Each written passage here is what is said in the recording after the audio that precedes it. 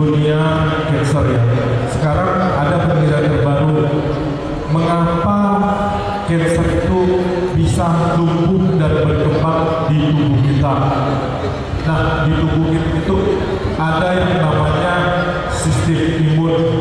Nah, sistem imunitas tubuh kita itu ada diatur oleh 6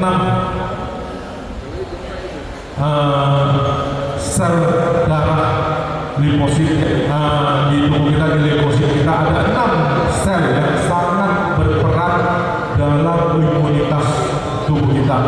Yang pertama ada natural killer cell, yang kedua ada sel T helper, ada sel T cytotoxic, dan sel B. Nah, yang 4 ini sangat-sangat berperan dalam perkembangan jaringan kanker di tubuh kita. Nah, pada kita orang-orang yang sehat, di tubuh kita ini sebenarnya ada bibit kanker. Semua tubuh kita ini ada bibit kanker. Tidak ada yang tidak ada.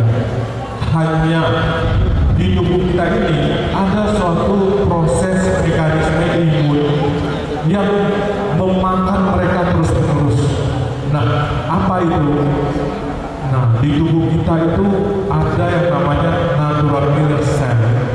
Nah, di tubuh orang yang sehat, dia akan terus bergerak menghancurkan sel-sel tubuh kita ini yang berkembang secara liar.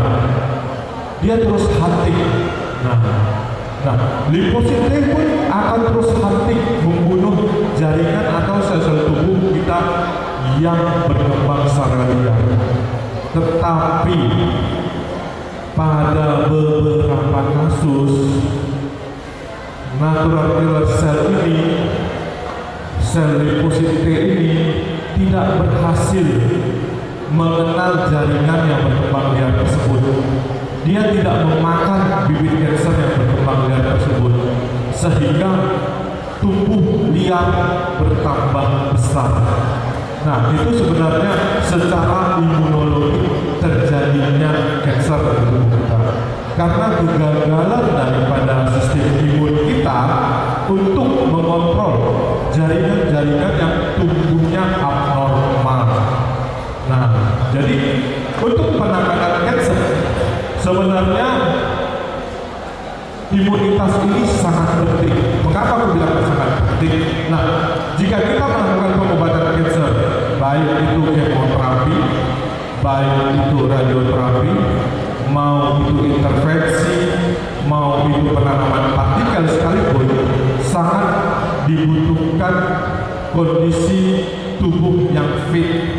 Harus dibutuhkan imunitas yang fit, sehingga para pakar-pakar kanker di dunia telah mengembangkan suatu metode pengobatan untuk mensupport pengobatan kanker tersebut. Itu menggunakan namanya imunoterapi. Imunoterapi itu adalah meningkatkan kekuatan daripada imunitas tubuh kita untuk membunuh sel kanker, untuk membunuh jaringan-jaringan sel-sel yang berkembang bebas, untuk membunuh infeksi virus di tubuh kita. Nah, di Tiongkok, pemerintah Tiongkok telah berhasil ya mengembangkan sel-sel imunitas jenis natural killer cell dan limfosit T ya. Nah, gimana caranya?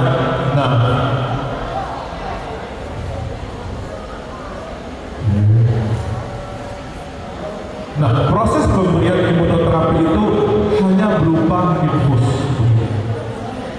Nah, jika di Medan itu atau di Indonesia itu sekarang terkenal dengan imunoterapi dendritic cell oleh Dr. Terawan. Pernah dengar nggak Dr. Terawan? Nah, itu berhasil mengembangkan pengobatan imunoterapi untuk mencegah kanker dengan menggunakan dendritic cell. Biasanya Dr. Terawan akan mengambil darah dari pasien, nah kemudian dikembangkan imunitasnya, dendritic selnya itu dikembangbiakkan, kemudian diinfuskan, disuntikkan lagi ke tubuh pasiennya. Nah, dendritic cell itu diklaim mampu mencegah kanker dan membunuh infeksi virus yang ada di tubuh kita. Itu Dr. Terawan dengan dendritic cell. Tiongkok sudah berkembang jauh di atas dendritic cell. Imunitas yang dikembangkan di Tiongkok itu sudah ke natural killer cell dan limfosit T tadi. Nah, dia berupa paket infus sebanyak 150 ml. Nah, dalam satu infus ini terdapat 150 ml yang berisi 5 miliar sel imun. Nah, dia ada paket natural killer cell, ada paket CIK, cytokine induced killer cell. Nah, setiap paket itu ada 5 miliar sel imun. Nah, bapak-bapak, ibu-ibu, di tubuh orang yang sehat hanya terdapat 500 juta sampai 1 miliar sel natural killer cell. Sehingga ini kalau diberikan menjadi imunoterapi, dia mendapat suplai tambahan natural killer cell sebanyak 5 miliar, 5 kali daripada jumlah normalnya di tubuh kita, sehingga bisa meningkatkan kemampuan tubuh kita untuk melawan jaringan kanker, bisa membantu tubuh kita dalam membunuh sel-sel kankernya. Nah, pengobatan imunoterapi ini sangat cocok untuk pasien-pasien kanker yang mengalami kekambuhan, untuk mencegah kekambuhan. Nah, jika pasien kanker sudah selesai menjalani pengobatan kanker, satu pertanyaan timbul, setelah jaringan kankernya itu bersih, apakah pasien itu dinyatakan sembuh? Tidak, pasien itu belum dinyatakan sembuh, hanya dinyatakan bersih dari jaringan tumor. Nah, pasien itu akan memasuki masa remisi. Setelah jaringan tumornya itu bersih, pasien itu masuk ke masa remisi. Masa remisi itu apa? Masa di mana pasien harus mempertahankan tidak ada metastasi atau kekambuhan daripada kankernya. Berapa lama masa remisi itu? 2 sampai 10 tahun. Jika 10 tahun tidak ada kekambuhan daripada kanker, baru dinyatakan pasien itu sembuh dari kanker. Jika belum ada 10 tahun nggak kambuh, pasien itu tidak bisa dinyatakan sembuh, hanya masuk masa remisi. Di masa remisi ini besar sekali kemungkinan jaringan tumor itu akan kambuh. Bisa tumbuh lagi nih, udah berhasil nih kita ini mengeliminasi tumor payudara misalnya, sudah berhasil nih, udah bersih nih kata dokter, kita ini sebenarnya udah gembira, sudah sembuh. Maaf, jangan salah bapak-bapak ibu, kita belum sembuh, kita itu masuk dalam masa remisi. Kenapa? Selama 2 sampai 5 tahun ke depan, besar sekali kemungkinan tumor itu akan tumbuh kembali. Nah, sangat penting bagi para pasien-pasien pejuang kanker yang sudah bersih dari kanker untuk mempertahankan masa remisi ini biar bisa dinyatakan sembuh. Nah, imunoterapi ini bisa menjadi satu solusi bagi para pejuang kanker.